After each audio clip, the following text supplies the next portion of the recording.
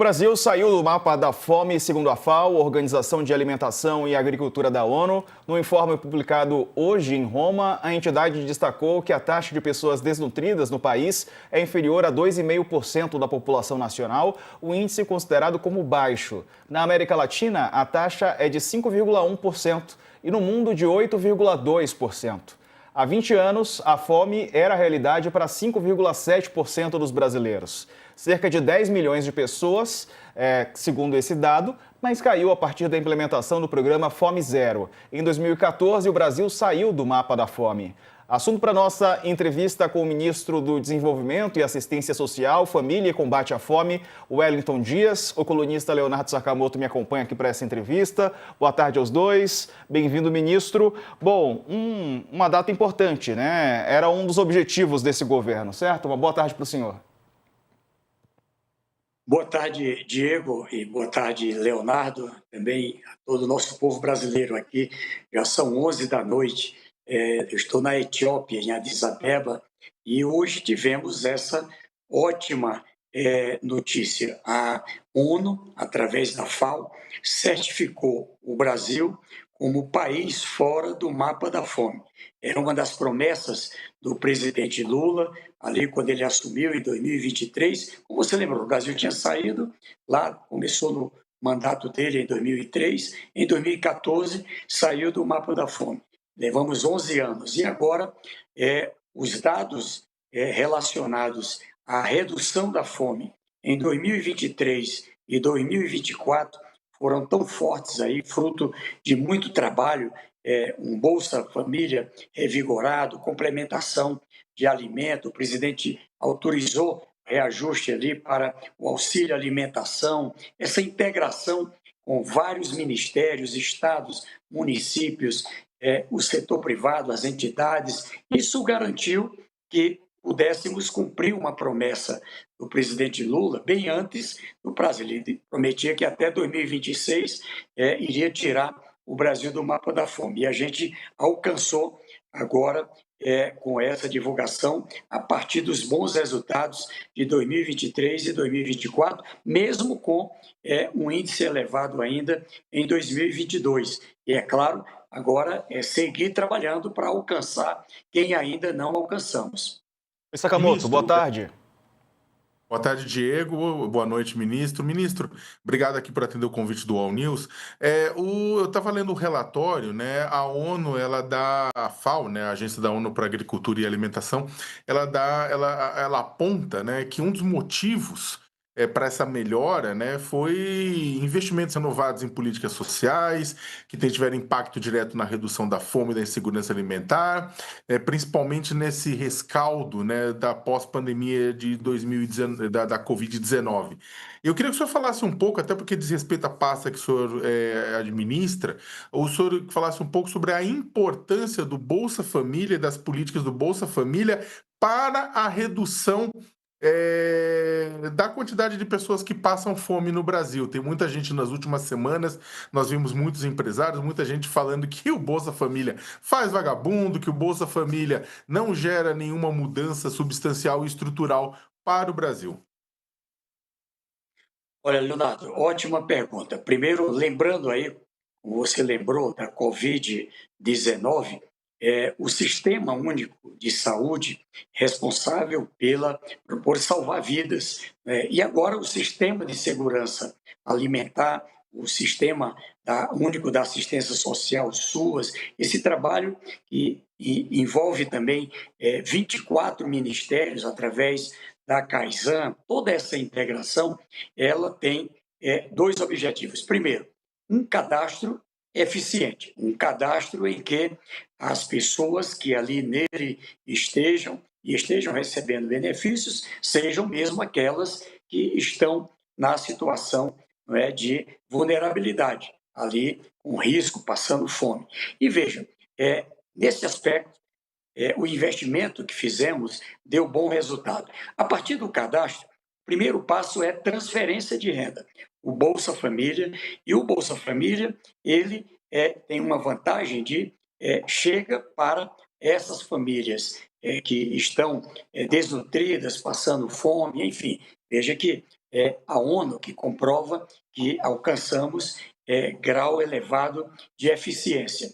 E, agora, além de tirar da fome, o presidente Lula coloca uma outra missão para o MDS, integrado com todo o governo e as várias áreas, município, Estado. Aqui tivemos um importante apoio do Congresso Nacional, onde, veja, a garantia de que também possam essas pessoas superar a pobreza. Então, o programa Acredita, o programa Pronaf, Agroamigo, um conjunto de programas voltados para o emprego e o empreendedorismo também tem dado bom resultado. Claro, a economia crescendo aí, sob o comando do presidente Lula, ministro Fernando Haddad, todas as equipes, aí o vice-presidente Geraldo Alckmin, garantindo que, com isso, a gente tenha, por exemplo, o ganho real do salário mínimo. E quanto mais a economia cresce, a gente prepara as pessoas que são do Bolsa Família, do Cadastro Único, inclusive com o setor privado, e olha só o resultado. Já são, desde 2003, 17 milhões e meio de pessoas do Bolsa Família, do Cadastro Único, que celebraram o contrato de admissão ao trabalho. O ano de 2024, para citar apenas esse ano, o Brasil teve 1.700.000 novos empregos. Destes, 98,8%, eu até repito, 98,8% das vagas, o povo do Bolsa Família, o povo do Cadastro Único. Ou seja, as pessoas sim querem trabalhar, querem emprego decente, estão trabalhando e ajudando o Brasil. Do outro lado, no empreendedorismo, Sebrae comprova que já alcançamos 9 milhões de novos pequenos negócios desde o ano de 2023. E aqui, uma boa parte, aproximadamente 4 milhões e 700 mil, quase 5 milhões desses pequenos negócios, o povo do Cadastro Único do Bolsa Família. Então, esse caminho é que está ajudando a tirar a pessoa da pobreza. Esse ano, por exemplo, nós estamos falando de cerca de 1 milhão de famílias, 938 mil famílias, aqui quase 3 milhões e meio de pessoas saíram da pobreza exatamente por esse trabalho. Então, o Brasil sai do mapa da fome e coloca as condições de dignidade para que as pessoas possam prosperar. Ministro, outra preocupação é com a obesidade, né? Em 2022, os números mostram que 28% da população estava com essa condição de saúde, né? Qual que é o plano, né? Qual que é a estratégia para essa fatia da população que tem aumentado nos últimos anos? Olha, aqui também é um trabalho muito importante. Cuida de quem está em desnutrição e cuida de quem está em obesidade. Por quê? O objetivo é ter um ser humano saudável. E aqui, uma parceria destacada, trabalhamos com o Ministério da Saúde. Antes a ministra Nise, agora o ministro Padilha, e com toda a rede do SUS, junto com a rede do SUAS, com a educação, ali também com as escolas, onde a gente tem esse olhar, esse cuidado com crianças e adolescentes. O primeiro passo, alimentação saudável. Garantir que tenha ali a condição de um acompanhamento, né, para que se tenha ali uma orientação nutricional a partir de cada família. Garantir que a gente possa, com isso, né, fazer com que essas pessoas possam também ser assistidas, né? Em alguns casos, há necessidade de tratamento, e são medidas que a equipe de saúde cuida, mas é claro, de um lado, combater a desnutrição, do outro lado, também ter essa prevenção e esse cuidado com a obesidade. Ministro, dentro dos elementos que são também discutidos nas Nações Unidas, né, dentro do relatório, tem a questão da inflação, né, do combate à inflação dos alimentos como um elemento essencial para a garantia, né, para a soberania alimentar, para a garantia do combate à fome, né, para a garantia da nutrição adequada, né, para que as pessoas possam ter acesso a isso. Nos últimos anos, o Brasil ele enfrentou um pico inflacionário, né? Tivemos inflação principalmente nos alimentos, isso ajudou inclusive a reduzir a popularidade do presidente Lula. Agora a inflação começa a dar sinais de controle, tivemos aumento de juros, etc. O senhor que acompanha bastante a questão, exatamente porque a sua pasta diz respeito a isso, né? Diz respeito ao acesso também à alimentação e tudo isso mais. O senhor que tem acompanhado isso, o senhor acredita que daqui até o ano que vem, né, os preços que estão estabilizando, eles vão ter uma queda? O Brasil vai conseguir implementar políticas para facilitar acesso à alimentação adequada, e aí eu digo acesso não pela distribuição, mas para as pessoas poderem comprar? Sim, Leonardo. Veja, a Câmara Interministerial de Segurança Alimentar, nós trabalhamos com 24 ministérios principais aí, o Ministério da Agricultura, o ministro Favro, o ministro Paulo Teixeira, do Desenvolvimento Agrário, o Ministério da Pesca, enfim, e integrado com todos os níveis de governo e com o setor privado. Para quê? Para garantir que a gente tenha as condições de preços adequados para os alimentos. Você lembrou bem, e hoje foi bastante debatido aqui, eu sou co-presidente da Aliança Global contra a Fome e a Pobreza, hoje a presença do presidente da Etiópia, de vários países, da ONU, o Programa Mundial do Alimento, a FUFIDA, a FAO. A principal preocupação ela está em 3 níveis. De um lado, as guerras, né? O efeito que teve, por exemplo, a guerra da Ucrânia nessa gestão alimentar, a situação ali da Palestina, onde agora há impedimento, é uma grande barreira hoje para a entrada de alimento ou transferência de dinheiro, e a ONU se compromete agora a agir, e ainda a inflação, né? No caso brasileiro, a gente vive um momento em que todo o trabalho que o presidente lançou no Plano Safra, as condições para ampliar a produção do arroz, de vários produtos, ela garantiu estabilidade e agora queda em vários preços e também em relação à inflação. E a inflação do alimento nós acompanhamos aqui com todas as áreas de governo com muita atenção. O objetivo é que o poder aquisitivo das pessoas possam ser mantido. Eu cito na reforma tributária a preocupação em ter isenção de impostos para a cesta básica de alimentos. Qual o objetivo disso? Garantir que não tenha impacto, não é, de impostos no custo dos alimentos. Isso dá um efeito também positivo. Vários estados colaboraram, inclusive reduzindo ICMS, enfim, e garantindo que, com isso, a gente possa estimular a produção, principalmente com os pequenos, né? O programa de aquisição de alimento, o apoio à agricultura familiar, o combate ao desperdício, o aumento de tecnologias já bem avançada com médios e grandes no Brasil, e agora chegando também com os pequenos agricultores, pescadores, ou seja, tudo isso garante a condição de um custo Brasil melhor, uma produtividade melhor, e, é claro, com isso, nós fazemos um acompanhamento pela importância que tem baixos preços do alimento para o combate à fome. Agora, é claro, aqui é uma orquestra que só funciona com a participação de amplos setores. Certo. Ministro Wellington Dias, obrigado pela participação aqui conosco, nos atendeu ao vivo em viagem, né? Um abraço para o senhor e até uma próxima oportunidade.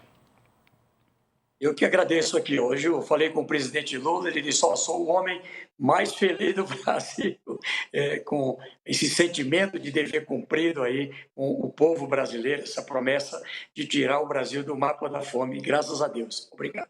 Obrigado, ministro. Falando no presidente, o presidente Lula comemorou a saída do Brasil do mapa da fome, anunciada hoje, numa conversa com a presidente da FAO, o órgão da ONU para Alimentação e Agricultura, e criticou o ex-presidente Jair Bolsonaro, sem citá-lo diretamente. Vamos ver. Eu estou feliz porque quando você for divulgar os dados no próximo ano, And I was happy because when you announce the data next year, que só entrar o meu mandato 2023, 2024, 2025, when the data will only correspond to my term in office, 2023, 24 and posso te 25, garantir que os dados estarão muito melhores. I will assure you that the data will look much, much better. Nesse balanço da ONU, a gente teve que carregar 2022 in this UN assessment balance, we had to bring que 2022 with us, era um ano muito ruim. which was a very bad year. Bom, Sakamoto, o que significa sair do mapa da fome? Diego, essa mudança, na verdade, é uma mudança, é claro, uma mudança, o pessoal olha e fala, pô, mas isso é uma mudança estatística? Não, é uma mudança... a FAO, que é o organismo da ONU, a Agência da ONU para Alimentação e Agricultura, trabalha com esses 2,5% como uma espécie de patamar mínimo, né, a partir do qual a fome, ela existe, ninguém nega que ela existe, dizer que a fome não existe no Brasil é porque a pessoa vive numa bolha, né, e está totalmente apartada da realidade, né? Então, a fome existe, a fome merece ser combatida, até porque você vai pegar 200 milhões de habitantes, né? Isso dá o quê? Pelo menos 5 milhões de pessoas, né? 10% seria 20 milhões, né? Ou seja, por 4, né? 5 milhões de pessoas que estão em situação de fome, né? Em situação passando fome, muita gente, e o Brasil não pode descansar enquanto tiver isso. Só que, do ponto de vista da FAO, é um indicador mínimo, né? Que não é o problema, existe, o problema precisa ser combatido, mas ele não entra num rol em que esse problema é um problema estrutural e sistêmico, e isso, na verdade, é importante. Ele não é um problema estrutural, ele não é um problema sistêmico. O país não está voltado para produzir famintos, né? As estruturas do país não atuam para produzir famintos, e o país... Isso demonstra que o país tem uma quantidade de políticas públicas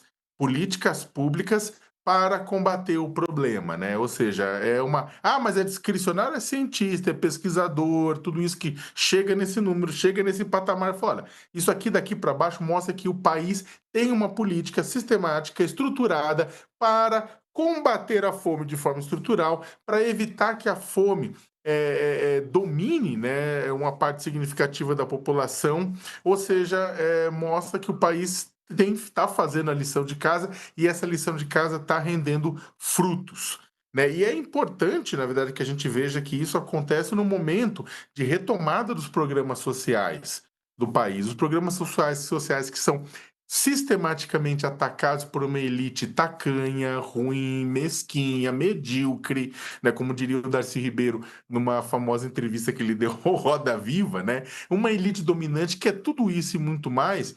E eu não estou falando de todos, não, mas uma parte dessa elite que acha que o Bolsa Família traz vagabundagem, que o Bolsa Família traz pobreza, que a distribuição de renda, na verdade, faz com que as pessoas não trabalhem. Eu não estou com... Bem, o desemprego tem 6%, é um desemprego baixo. Teve 3,7% de aumento de carteira assinada do ano passado para este. Né? As pessoas o processo tem gente desempregada procurando emprego, claro, mas você tem reduzido estruturalmente o desemprego. Teve 1 milhão de famílias que saiu do Bolsa porque atingiram um patamar de renda. Então, as pessoas não querem ficar... A maioria das pessoas não quer ficar ganhando Bolsa Família. Mas tem um vizinho, porque sempre tem alguém que vai querer surfar em cima disso. Mas não são milhões e milhões e milhões de pessoas, né? Então, o que acontece? Essa justificativa de que as pessoas querem Bolsa Família porque são vagabundos, porque o brasileiro é vagabundo, porque o país aqui... Isso não é verdade. Você tem o quê? Você tem distorção de curva normal, você tem uma quantidade muito pequena de pessoas que é assim. O resto não. O resto quer ganhar dinheiro, quer prosperar, quer ganhar mais, quer comprar coisa, quer viajar, quer dar alguma qualidade de vida para si e para sua família. Então, aquele discurso que a gente ouve dizendo que, olha... quem faz Bolsa Família para ser vagabundo, olha, eu não consigo emprego. Sabe que vocês ouviram? Alguém deve ter ouvido já esse discurso. Teve políticos, o próprio presidente Jair Bolsonaro em 2012 falou algo semelhante, né? Eu até escrevi um texto sobre isso, quem quiser pode ir lá atrás, mas o ponto esse argumento, essa narrativa de que eu não consigo alguém para trabalhar na minha casa, eu não consigo uma trabalhadora doméstica, né, para trabalhar em casa. As pessoas agora ficam dizendo que não querem trabalhar por qualquer coisa. Eu não consigo alguém para trabalhar na minha empresa. Posso dar uma dica? Paga melhor. Paga melhor. Não explora. Não superexplora, né? Não faz a pessoa, na verdade, trata a pessoa como um servo. Eu não vou falar trabalhador escravizado, porque isso aí é uma coisa mais séria, é crime. Mas não trata a pessoa como um servo, dá condições de boas condições de trabalho, paga bem que você vai encontrar gente. Não tenha dúvida nenhuma. O problema do Brasil que precisa ser discutido agora é o seguinte: a gente está tendo o quê? Uma retomada de programas sociais, uma retomada da estrutura do Estado para garantir o mínimo para a sociedade.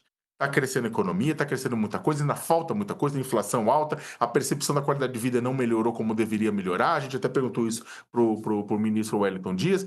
Precisa melhorar, precisamos avançar. Né? O governo precisa ser cobrado, devidamente cobrado por tudo isso. Claro. Mas, e precisa mesmo, políticas sociais, políticas de crescimento, políticas de combate à inflação, políticas fiscais, o governo precisa ser cobrado por tudo isso, né? O governo e governos.